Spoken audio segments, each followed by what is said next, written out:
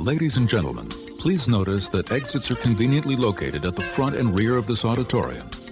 When leaving the theater, we suggest that the exit at the front of the auditorium will allow you easier access to the parking areas. Thank you. They know the ins and outs of everywhere we're going. They will protect you. Horses, run! And they just like block. I was just like, what?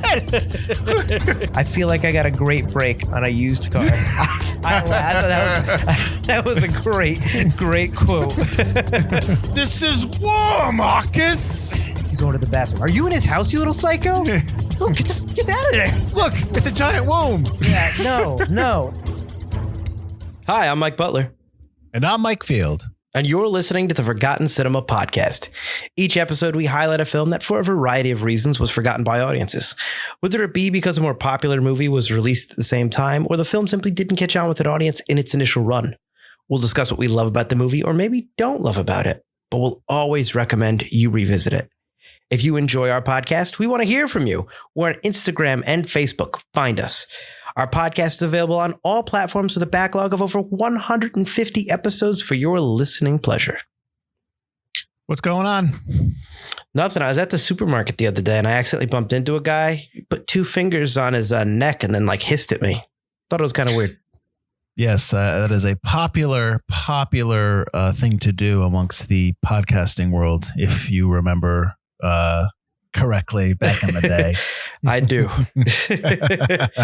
That's right. We are doing Eastern Promises today. I'll give you a quick synopsis and then I will discuss the facts. We'll get into what we thought. This is actually Butler's first time seeing this film, so I'm interested in hearing what he has to say. That's correct, right? It's your first time. It is indeed, yeah. Last week.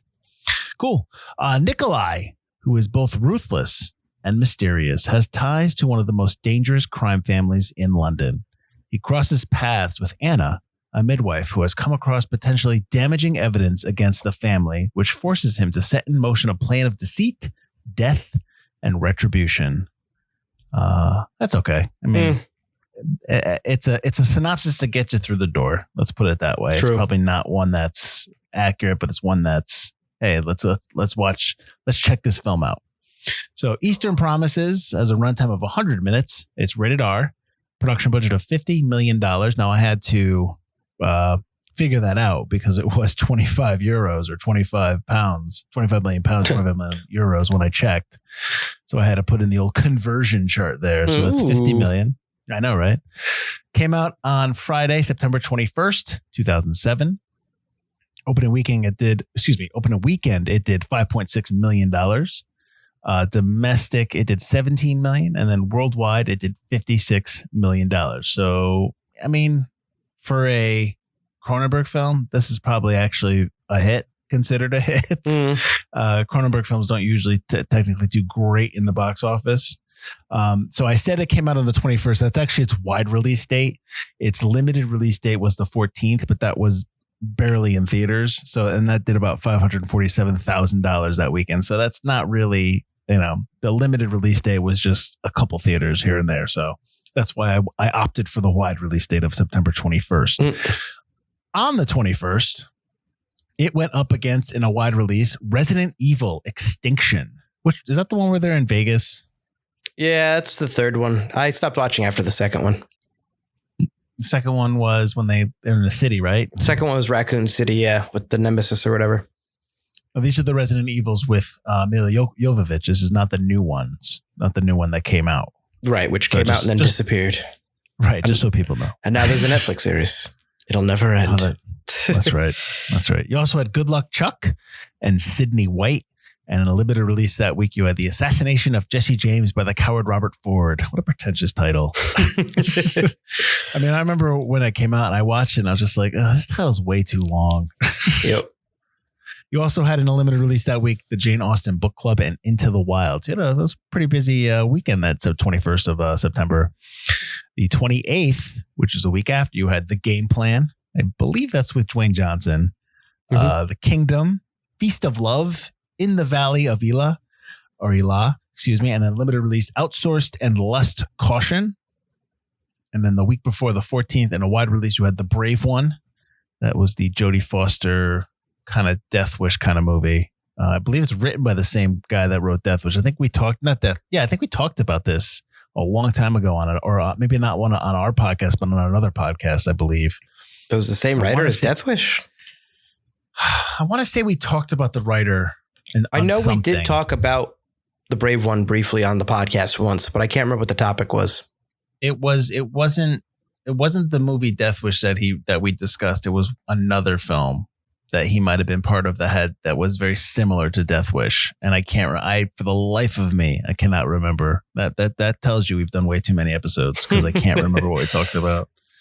You also had a wide release on the 14th, Dragon Wars, D-War. That sounds terrible. And Mr. Woodcock. In a limited release, you had Silk, Across the Universe, King of California, December Boys, and Ira and Abby. A lot of films. That's for September. That's films. A lot.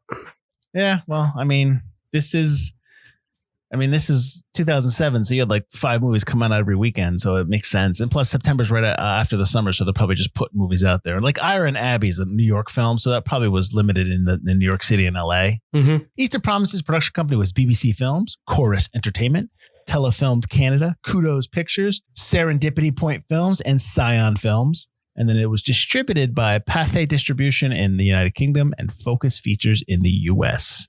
I mentioned it before. This is directed by David Cronenberg, who has done Scanners, The Dead Zone, The Fly, A History of Violence, which I really like, and Crimes of the Future. That is this new film that's coming out. It's out. Is it out? It's out even while we're recording this. It came out a couple weeks ago. I do want to watch that. I know Mortensen's in that as well. Mm-hmm. I do want to watch that. Written by Stephen Knight, who has done the TV show Peaky Blinders, Pawn Sacrifice, Allied, Spencer, the Diana film, and he was nominated for an Oscar for writing Dirty Pretty Things. Cinematography was Peter Shashitsky. Oh boy, Shashitsky. I honestly think I said it right the first time, but he did the Rocky Horror Picture Show, the original, Empire Strikes Back. I don't know if you've heard of that, and Mars Attacks. No. Composer was Howard Shore, who was nominated for 2 Oscars for Lord of the Rings, Return of the King. He won 2 times for that film. And then he also won for Lord of the Rings, Fellowship of the Ring. He was nominated for an Oscar for Hugo. And he also did Nobody's Fool, which is a movie we did a long time ago, maybe a couple seasons ago, I believe. Edited by Ronald Sanders, who did The Fly, Naked Lunch, Johnny Mnemonic, and Coraline. And produced by Robert Lantos and Paul Webster. Lantos has done Crash, Being Julia, and Crimes of the Future, like we just talked about. And Webster was nominated for an Oscar for the movie Atonement. He also produced Charlotte Gray and The Yards, to name a few. So Viggo Mortensen, not a big cast in this film, which I was, that didn't shock me, but it kind of surprised me, I guess. Viggo Mortensen is a Nikolai. He was actually nominated for an Oscar for this film for Eastern Promises. We'll play the Oscar game later, but it's a pretty easy one. You'll know who won. He was also nominated for Captain Fantastic, Green Book, and obviously everyone probably knows him as Aragorn from Lord of the Rings trilogy. Naomi Watts as Anna. She was nominated for an Oscar for 21 Grams and the movie The Impossible, which I recommend. I really like that film. She was also in Mulholland Drive and The Ring. Vincent Cassel, or is it Cassell? Probably I think Cassell, it's Cassell. Right? Yeah, Cassell is Kirill. He was in Oceans 12 and 13. He's in Elizabeth, Black Swan, and Child 44. Armin Mueller-Stahl as Semyon. He was nominated for an Oscar for the movie Shine. He's also in Angels and Demons, The 13th Floor, and The Game.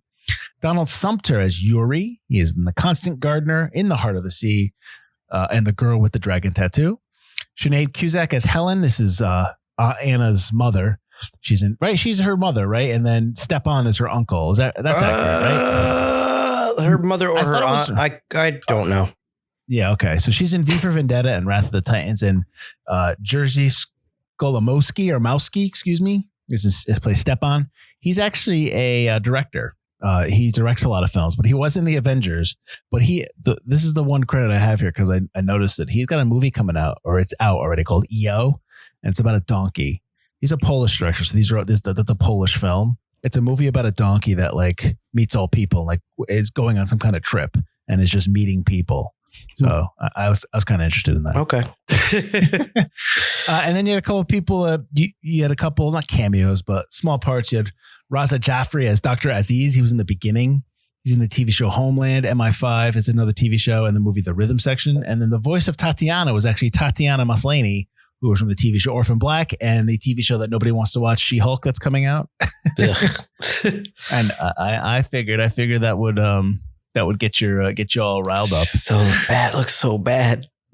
All right, so before we get into what you thought about the film, let's do the Oscar game, which I'm going to tell you right now, you already won. So you already know you won. So he was nominated for Best Actor for the 2008 awards, and he went up against George Clooney for Michael Clayton, Johnny Depp for Sweeney Todd, Daniel Day-Lewis for There Will Be Blood, and Tommy Lee Jones for In the Valley of Elah. Oh, I wonder who won. Yeah, I feel like it might be the milkshake guy. There you go, Daniel Day-Lewis. Yeah, great film, and a great performance. Drink your milkshake. I couldn't get enough of that after that movie came out. That's all everybody was saying. Of course, that monologue is probably still done for auditions for and people stuff. For cold reads and stuff like that.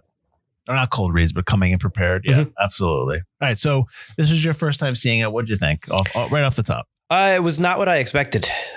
Interesting. It was far less disgusting and violent than I thought for a Cronenberg film. I was really especially when the Tatiana gives birth, and she dies, but the baby survives and the fetus comes out, or it's not a fetus anymore, it's an infant. I was like, all right, we're getting some Cronenberg stuff. And you get a little bit of that with some of the fingers getting chopped off the dead frozen body. A couple of, the throat cuts are pretty par for the course in a movie like this. And then you get the bathhouse fight, which is, it's kind of cool. It's interesting, but you don't get a whole lot. You don't get any more violence. I was really figuring Cronenberg usually likes to gross out his audience, and he was kind of playing it straight here. And it's also not the story I expected. It was a lot more subdued, even story wise, than I think I was expecting it to. Really? So you had anticipations going in and expectations, as you say, about what you were going to see, and then it didn't live up to those expectations, or it was just different? It was different. I was waiting for shock and awe, and I just kind of got a pretty straightforward story. I was also waiting for a twist, which you do get a little bit of a twist at the very end regarding Viggo Mortensen's character, but I was expecting a twist in the actual kind of mystery in itself as well, and you don't really get that. It's kind of played from the beginning, it's Kirill's dad is the one that raped Tatiana, and he's the father of the baby. None of that stuff is exposed later on. It's all said right up front, which makes for a more interesting movie because you're not really trying to solve the case, which is different than most films, but also leads me, it left me thinking the movie was kind of meandering. I was wondering what the end game was for the film. Do you think that Nikolai Mortensen's character knew immediately that the baby was Simeon's, was the boss? If he didn't know it was Simeon's, I think he definitely knew it couldn't have been Kirill's. There's no way, because I think he's so close. He knows Kirill is gay. So yeah, I think he knew from the start that something was a little off there. Yeah. So for people who don't listen to our show regularly, we spoil. So if you haven't seen this film, we're going to spoil a lot of stuff in the movie. So don't hold us to that, because like I said, we do this all the time. We honestly, this movie is 12 years. No, how 13, 14. I can't do the math. 13 years old. Yeah. So no, it's not. This movie is 2008. What do we say? 2007? No, it's 15 years old. So this movie's 15 years old. That's well past the statutes of limitations of you not seeing this film. But anyways, the twist at the end in terms of how he's a undercover cop or undercover. He's still from the Russian office. They call him an FSB desk. Agent, I think he's an FSB agent, yes. But he's working in London in conjunction with Russia's office. Right. Yes. So it's not like he's somebody who's not Russian. He grew up in Russia. Right. The only time you can ever, they kind of do it really quick, was when they first find the dead body and they find the list of the paper, and he's submitting his report with the dead body that they dump at the beginning of the movie. Right. That is so quick. And when Yuri sees the photo, he kind of smiles a little bit, but it's so fast, and I never go back to it, that you forget about that. I totally, just until you just brought it up, I totally forgot it. Yeah. So you never know that he basically shows his hand saying he's a cop. Yep. And it's the only time until he's in the hospital at the end. So I think that while it is a twist, they do kind of reference it, so it doesn't come out of nowhere. Mm-hmm. But I actually, I remember when I first watched it, because the whole movie, you're like, this is like a gangster with the heart of gold, and this is like somebody who, you know, is a good guy, that kind of thing. You think that he is falling for Anna. Excuse me, I keep saying Anna, but Anna. Yep. He is falling for her, but you don't realize that it's not just that. It's also he's an officer, and he's trying to protect her. So I remember when I first watched this in the movie theater, when that's revealed, it was a big time reveal. I was like, oh, and then everything like made sense in the film, what he was doing. Did you have that same effect when they revealed who he was? A little bit, but not a ton. It did make sense in terms of, you know, okay, that's how he got the girl out so quickly from the card, the whorehouse with the card. You know, they knew her name. They went and got her. I don't know how they knew. They knew her specifically. They pointed her out. So that kind of made sense. That made it a lot clearer. It's like, how did he do that so slyly to only pull one person out? Because you'd think they would just bust up the whole house. So I thought that was very interesting. Like that was like my one, like, oh, okay. But the whole other thing, I was like, all right. Never mind the fact that Nikolai has to perform under the watchful eye of Kirill. Like, you know, it's like, man, I don't know. Even if he wasn't, even if you didn't trust him, how are you expecting anybody to do that in front of you like that? Because he obviously wanted to see it. He wants to watch them. Yeah. He wants to watch somebody he has a crush on. Yeah, exactly. No, He's like, am I done now? Get out of this room. I'm not changing in front of you. Although I found the whole setup, the twist at the end made it more interesting to me. Like, I wanted more at the end after that. Like, I was really hoping, like, it is a shorter movie. I was surprised how short it was as well, which is nice. They don't go on too long. But I was kind of like, that was very tight. So yeah. I kind of wanted more. I want more. Like, I want an Eastern Promises Part 2. I want to see what's going on now that he's a captain of. He's a cop who's also now in charge of an entire crew of the Russian mob. I think is that's an interesting angle right there in and of itself.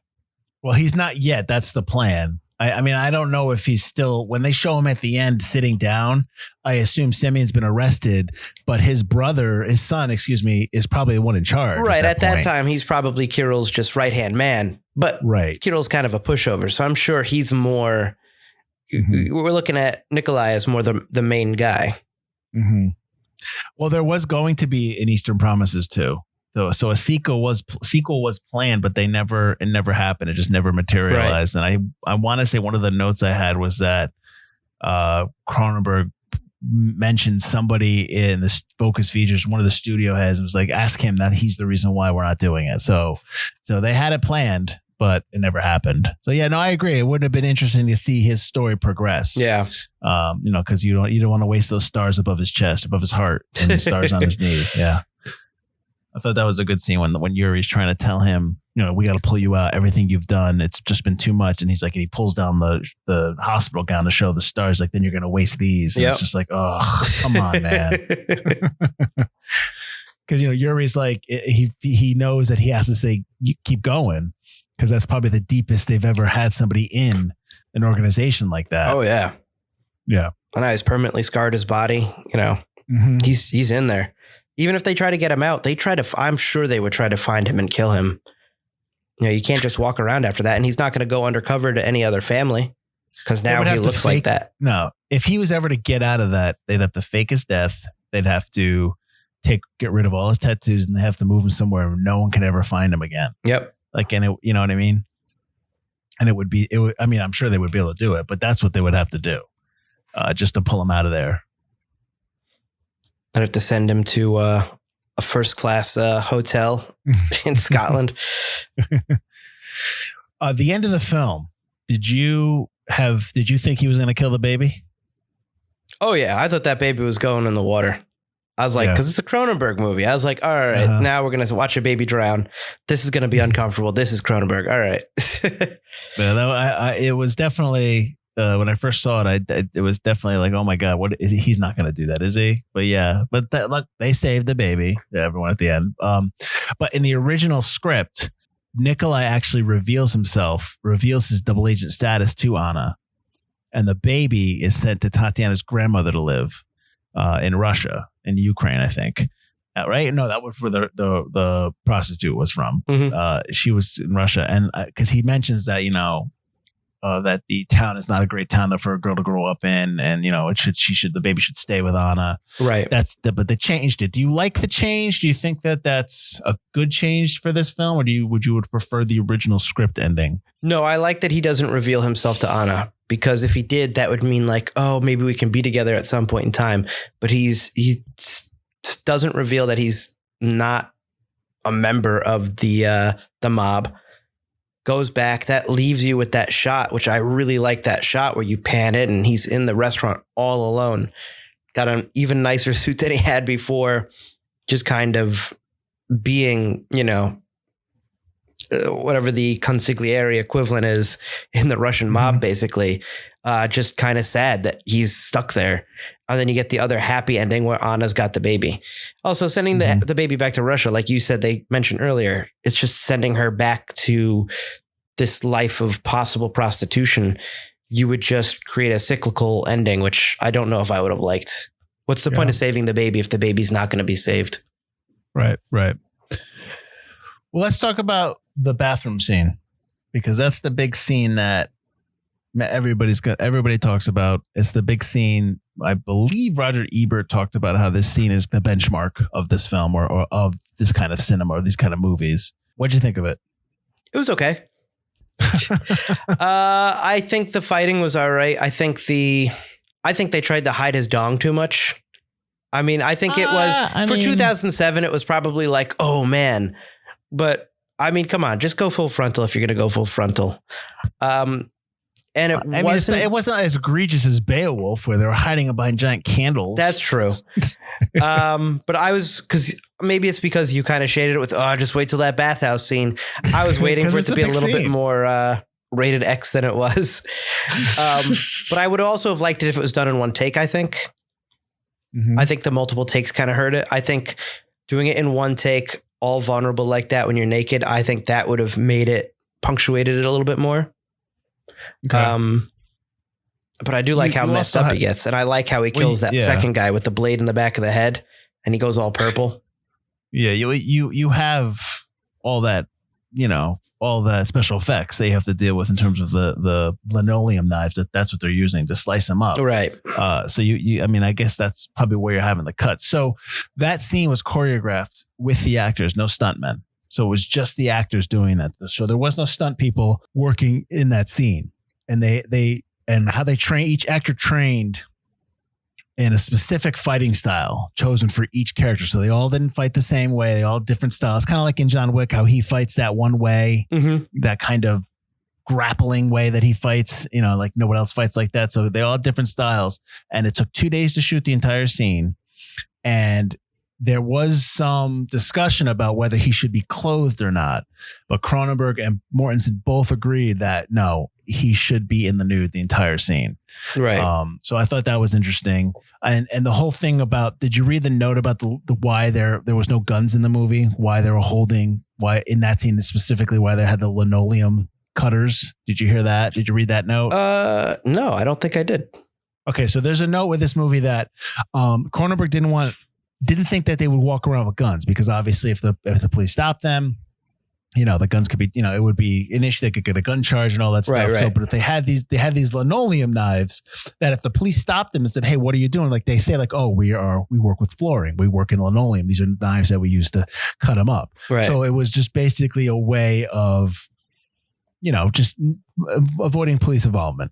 So I thought that was very interesting. And I actually like the absence of the guns, because knives and that up close stuff is much more visceral on film, and it's much more tense, right? When you're watching it. So I think I actually appreciate that note, and I appreciate that choice that Cronenberg made for this film. What do you think about that? I think we talked about it it might have been our layer cake episode, that when you take away guns, you help to place it somewhere outside of the United States. Or was it the Ewan McGregor movie? Oh, Shallow Grave? Yeah, it might have been Shallow Grave. Either way, there's such Shallow Grave. Yeah. There's such a proliferation of guns in America, and Good or bad. What? It's not. This is the first time I've heard of this. Right. I'm not taking a stance on the podcast, but it's just that's America, and that's how everybody views America, and that's how Hollywood views America itself as well. And when you take away the guns, you're automatically helping to place it in like London or somewhere other than, the good old US of A, where not everybody's walking around with a gun on their back. So I think that helps add to the London atmosphere. Well, I am also not taking a stance, but it's absolutely accurate. Yeah. I mean, that's absolutely correct. Good or bad, we all have our opinions, but that's not wrong. People, that's what happens. So, anyways, but yeah, but I liked that choice. And, like I said, I thought it made a lot of the scenes a little bit tenser. Or more tense is the word the phrase I use. If that's correct, I don't know. I can't speak.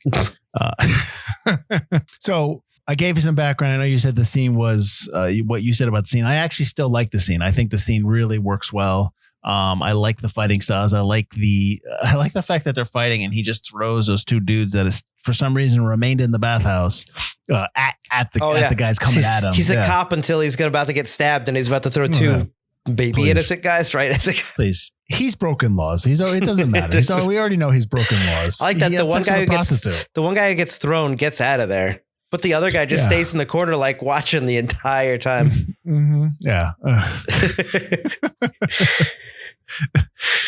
So I wanted to talk about. I will talk about. So during the production, Mortensen would.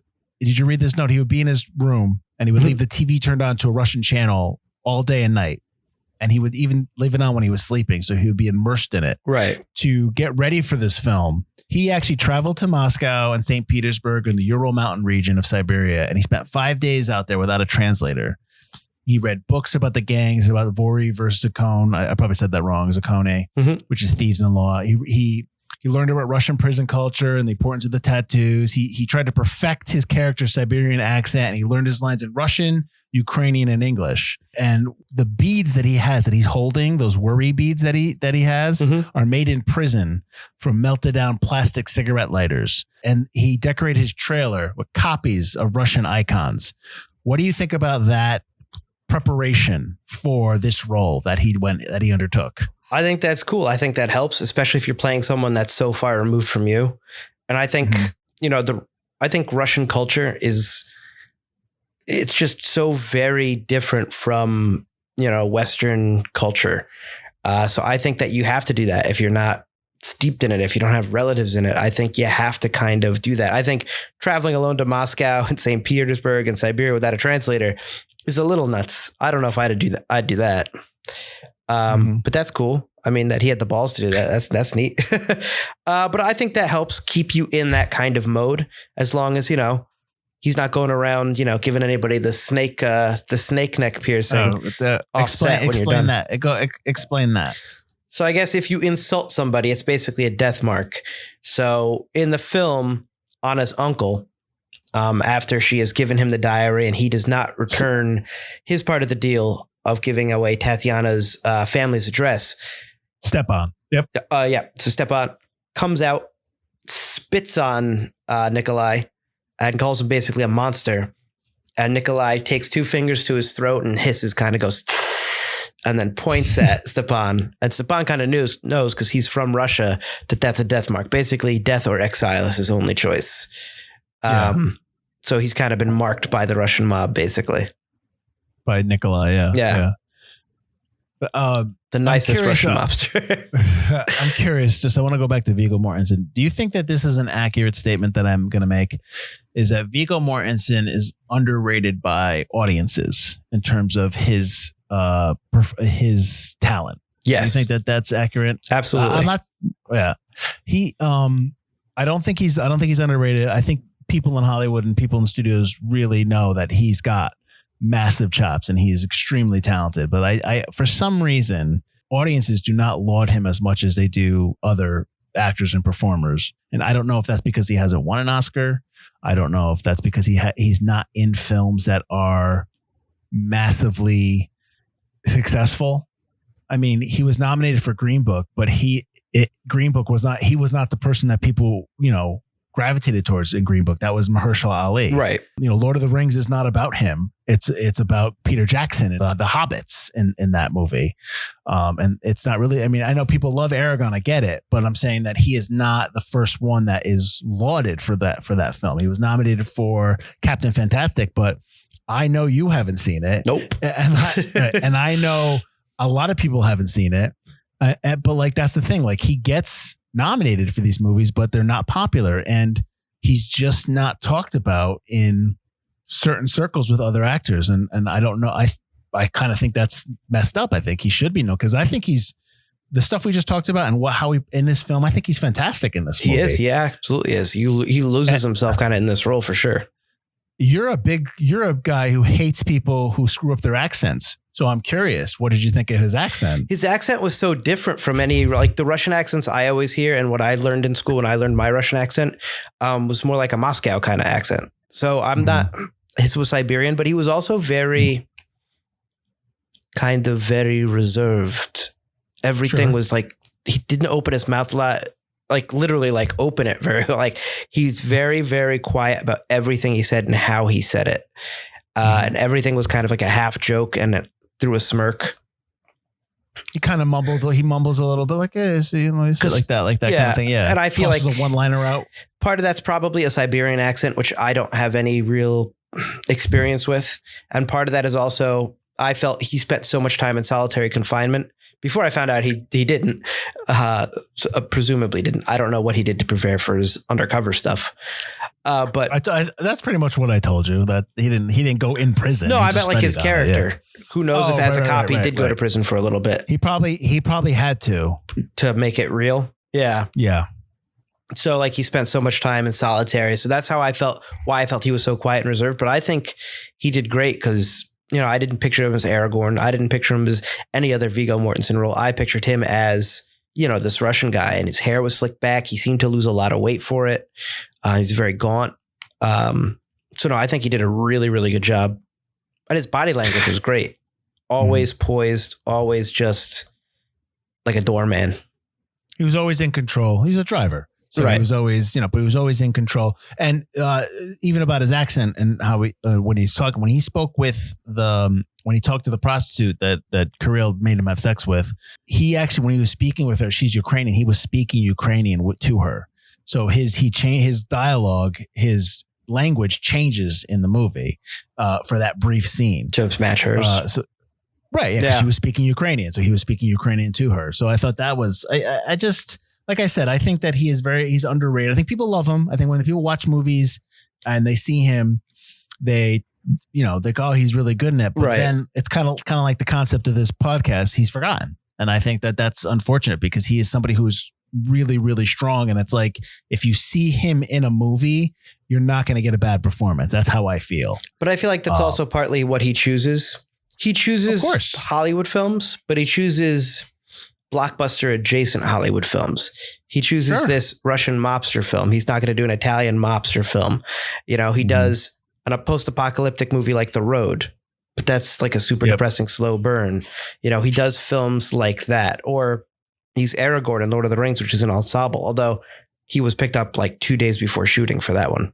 And that's a blockbuster. It's a big movie, but it's also it's based on a series of books that are timeless, that are books that are... Oh, right. Like you said, it's bigger than him. Yes. So he's not... Yeah. Even if like you said, if Aragorn's your main character, like if he's your favorite character in the books or the film, everyone else is going to have a different character that they really relate to and to gravitate toward. Well, he's not going to be in a Marvel film. He's not going to be he's not going to be... the Rich Reed or Rex Reed from whatever it is. I don't even know. From Fantastic Four. What is that guy's name? Richard Reed Richards. Reed Richards. There we go. God damn. Yeah, that guy. He's not going to be in the Fantastic Four. He's not going to be in a Marvel film.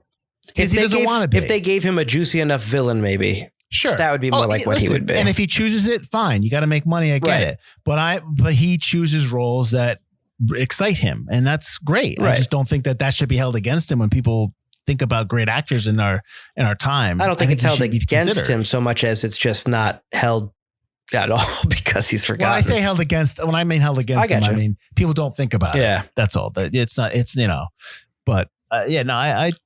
So we're kind of in the same. I think critics know how good he is. Oh, for sure. And he keeps getting cast and stuff. So like you said, obviously Hollywood knows. Oh, exactly. What do you think of Naomi Watts in this film? She was fine. I think her character does a lot of stupid stuff that I just can't see any logical person. I mean, she's supposed to be intelligent. She's a midwife. She works at a hospital, but she's literally going up against the Russian mob and talking back and keeps going up to them and getting involved, which is clearly going to put her family in danger. She just makes a lot of choices that I don't find realistic. So you think in the beginning, when she first finds the diary and she goes to that, you think in the beginning she knew that these were the Russian mob? I think she'd have been pretty stupid after the conversation in the kitchen at the end not to know that they were part of the Russian mob, that they were at least somehow connected. Maybe not that he was the guy, but that he was connected to whoever the guy is. Right. And I just think that that's very foolish, especially being Russian herself or of Russian descent with actual Russian family. And she does find out, at some point in the movie, and then she becomes defiant of it. She's never really I guess she gets afraid or scared when Stepan disappears. She gets concerned, but I still don't know if she becomes afraid because she confronts Nikolai right in the hospital room. Right. What happened to my uncle? But even like the scene before, she's telling her aunt, whose name I can't remember, unfortunately, that she doesn't believe that Nikolai would hurt him.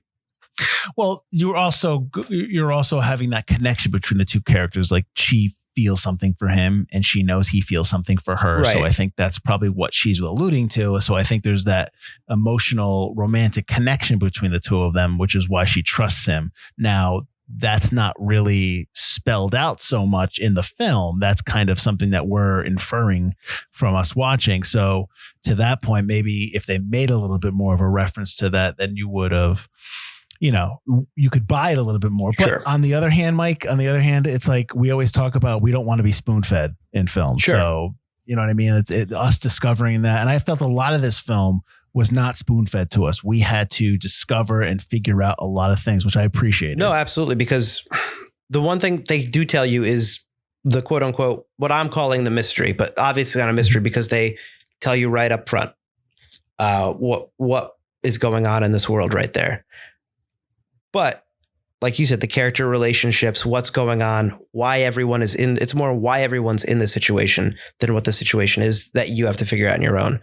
And if they had a more romantic relationship, the movie would have been so ham-fisted. That would have been something that a Hollywood executive would have absolutely just said, you have to have this in there. Their one kiss at the end was enough. Yeah, no, agreed.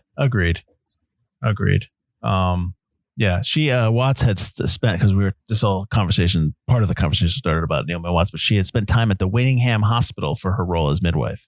I'm sure it was just maybe a week or two, but I guess she's not even in the hospital that much. And no, she's got one actual scene where she's part of a procedure. Yeah. I guess she was pregnant during shooting though. She discovers she's pregnant while as they started, and I guess she was trying to hide it. But the note I saw, I didn't write the note down because it was like, But the note I saw was like the costume designer figured it out. Who's Denise Cronenberg? Yes, nepotism much? Please, I actually, we could let's talk about Cronenberg a little bit here, because I was reading a couple of notes where people were talking about how Cronenberg is somebody who is underrated as a director. And I was shocked that he doesn't have a History of Violence is fantastic. I love that movie. I still have to see that movie. It's on our list. Man, that's another movie. Eastern really Promises and History of Violence. I think Elise almost watched back to back or very close together. Because she had seen it and she told me that she didn't like Eastern Promises, but I guess History of Violence upset her. She found the violence in that upsetting.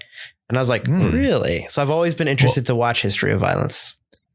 Well, I'm not going to tell you anything, but it didn't upset me, but it's a good film.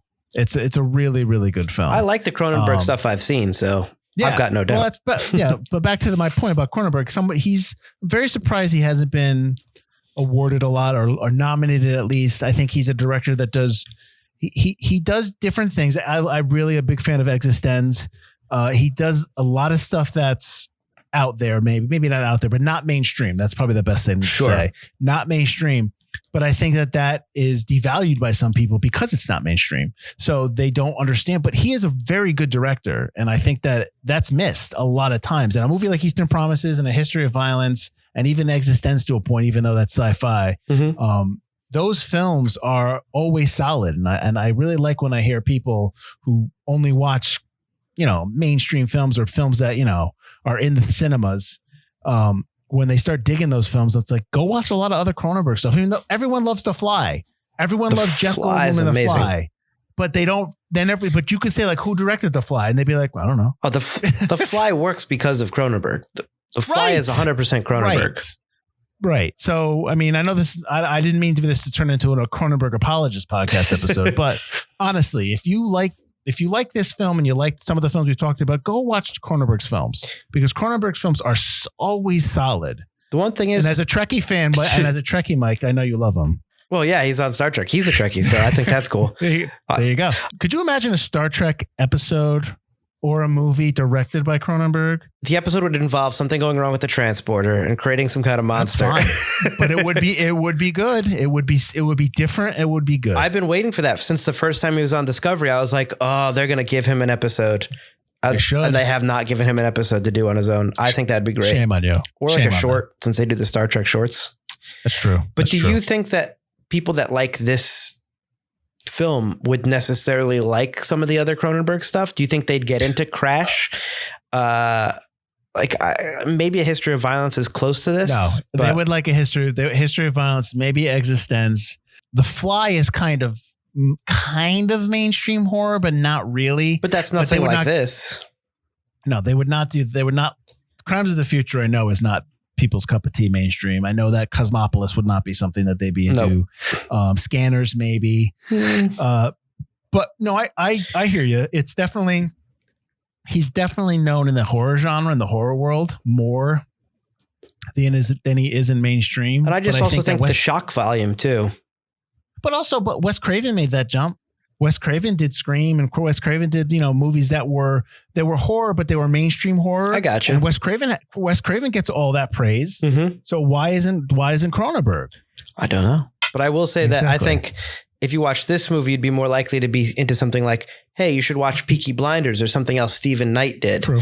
I think this is much more of a Stephen Knight because I think Cronenberg is so subdued in this film. I think it's well directed, well performed, but this is Cronenberg trying to make a adult drama. I don't want to undermine what Cronenberg does, but usually his stuff is there to upset in some way, even if it doesn't take place in a sci-fi world. Something like Crash is there to upset you.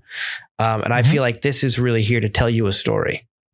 Well, that's what I was going to say. You're not underselling him. I mean, a director's, I believe a director's first job is to tell the story that they're given. And Cronenberg recognizes that, and I think that you're talking about the subdued nature of his storytelling in terms of compared to what he has done. Well, that's the whole point. He's telling the story that he's been given with the script, and he's not getting in his own way. Some directors, some actors, some people are always concerned about their brand or what they want to make them look good. Right. So they had to throw this in there. Yeah. Right. He's not. And I think that's a really, really solid directorial move. And that some directors just don't get. Which is why it was very brave of him to not throw that baby in the water. Well, that would completely just throw the whole movie up, I think. Because it's like that. I just don't know how you end it at that point. Then he'd obviously kill Kirill. Yeah, he'd have to. Yeah. Right. He'd have to then Anna's going to have to he's either going to have to kill her or he's probably let her go. And how is he going to explain to his bosses that, the son is dead and he's still alive? It would just be a shit show. So yeah, no, that baby had to live. Did you know that the Semyon character is actually based on a real life Russian mafia boss? I did. Yeah. Semyon Moglovichim. I said it wrong. born in Kiev in 1946, and he actually once owned a restaurant. So there is some basis for that character, maybe just by the name and his position. But I thought that was very interesting. This actually won Best Film in the 2007 TIFF, Toronto International Film Festival, was the audience prize for Best Film. So I thought that was really impressive. But, you know, film festival success doesn't often equate to box office success. Correct. Yeah. So I got a couple more notes here.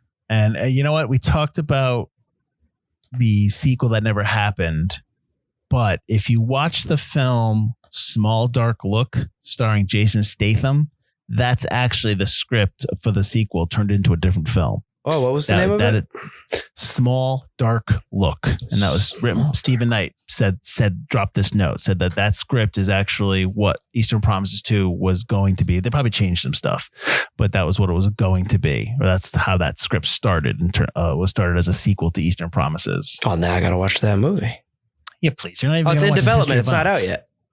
Oh, what? No, it's still being made. There you go. That's interesting because Jason Statham is also attached to the not a sequel, but kind of a sequel to Layer Cake that they kind of had to redevelop. That's right. That's probably just like, would you do this movie? He probably was like, yeah, sure. All right. Nice catch. Nice catch there. Awesome.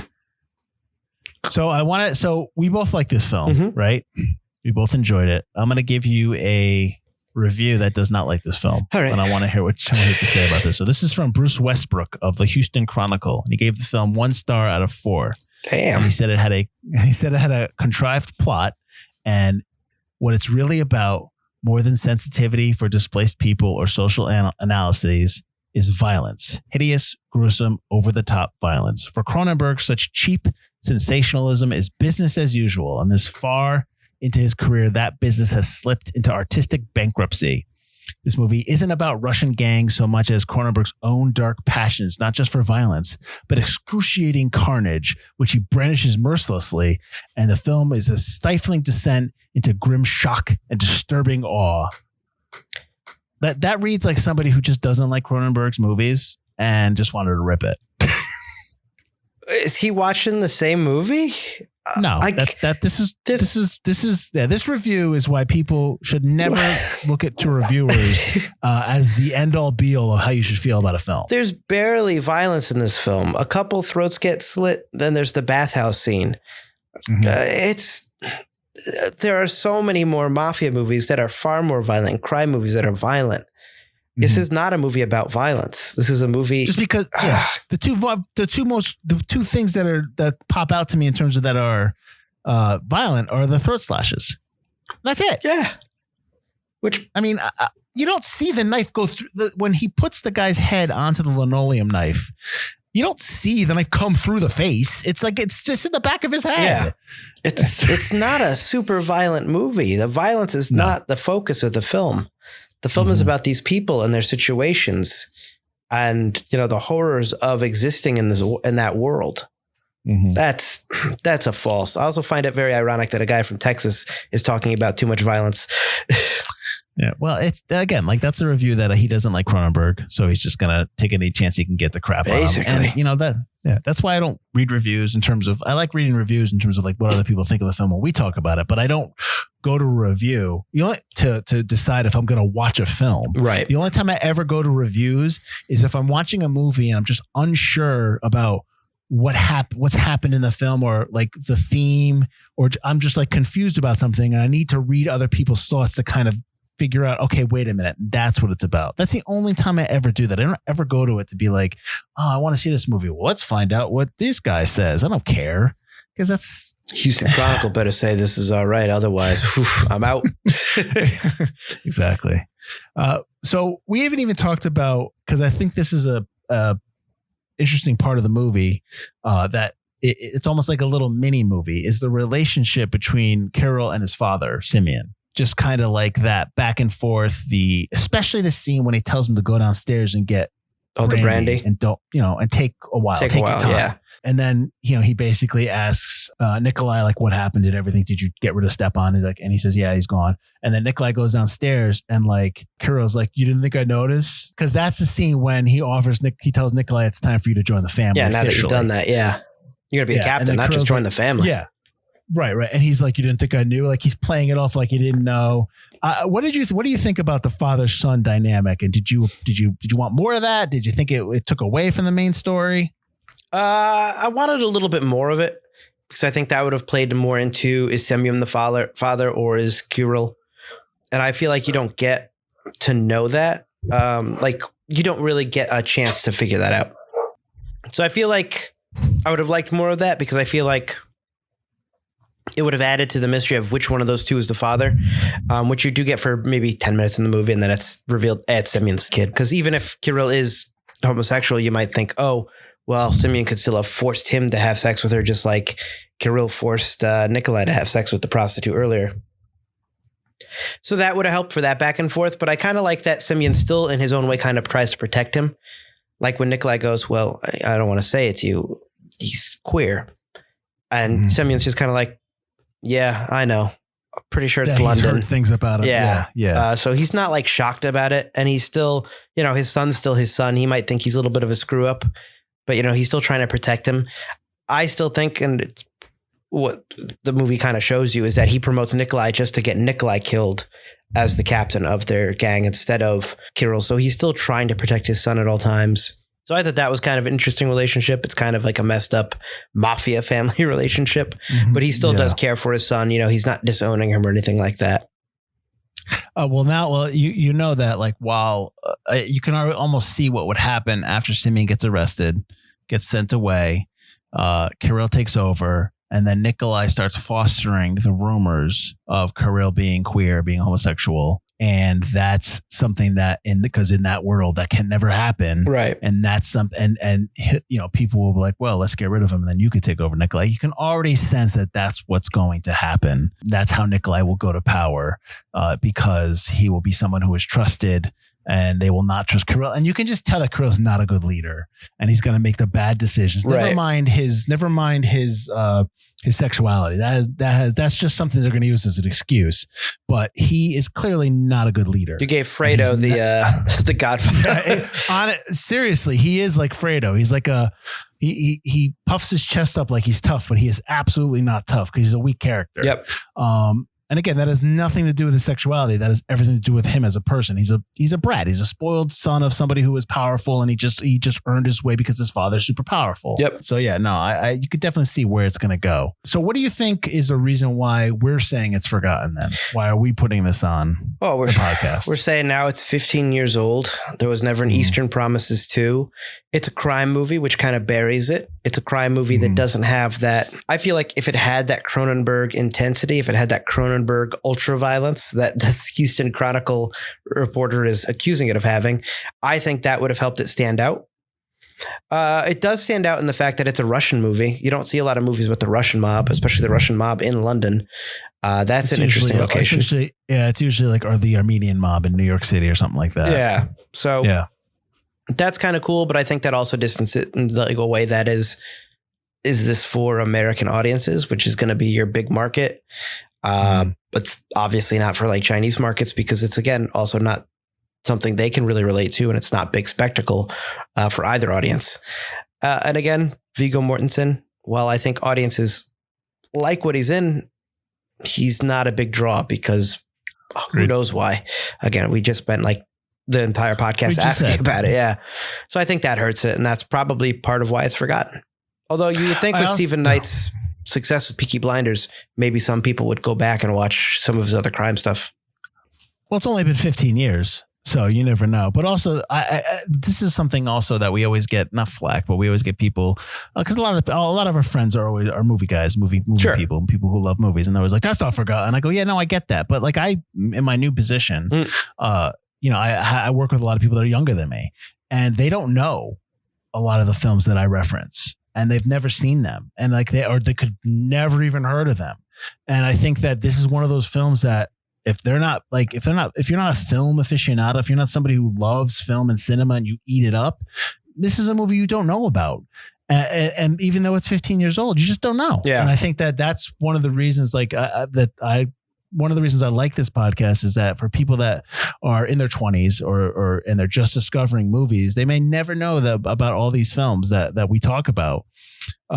Yes, people our age. Yes, people who love film. Yes, they do know about this film, but not many. See, not many do. Even people my age. I think this is basically a year after high school for me. So this isn't going to have, this wouldn't have piqued their interest back then. You would have had to been a film nerd back then. Yeah, to have wanted to see this movie. Yep. Right. And to be fair, like when I just left high school and I was working at the theater and I started in college, that's kind of when I started watching a lot of this stuff. And I would watch like 2 films a night almost, like just I would double feature all the time. I'd go over my buddy Keith's house, my buddy Keith's house, and I'd stay till like 4 a.m. in the morning, 4:35 a.m. or we'd watch like 3 movies. That's what I did. I loved watching films. Right. So I would just eat all of it up. Not everyone's like that. You know that. Sure. So that's why these type of films get lost. So I don't know what I'm saying there, but anyway, where can they find us? You can find us at ForgottenCinemaPodcast.com or ForgottenEntertainment.com because we are part of the Forgotten Entertainment family. While you're there, check out all the other great podcasts and videos we got going on there. Also on the social medias, Instagram, Twitter, and Facebook. In the lobby, let us know what you guys think of Eastern Promises. Give us your best throat points, I guess, at some of the things we said during this. If you disagree, please don't. We're not. We will not be posting a photo of us doing that. That's going to be the entire commercial. It's just me pointing at you and you pointing at me over and over and over again. Yes, and then we'll get targeted by the mob. So I don't need that smoke. Oh, so I'm not tattooing you on our commercial. No, that is not happening. We're not getting stars above our chest. We're not doing any of that nonsense. That's all I got.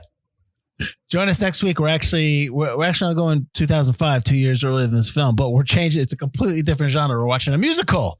We're doing Reefer Madness, the movie musical starring Kristen Bell and Christian Campbell. I know Butler's never seen this film. I have. Nope. So we will talk about that next week. And until then, everyone have a great week. I am Mike Field. I'm Mike Butler. And this has been Forgotten Cinema.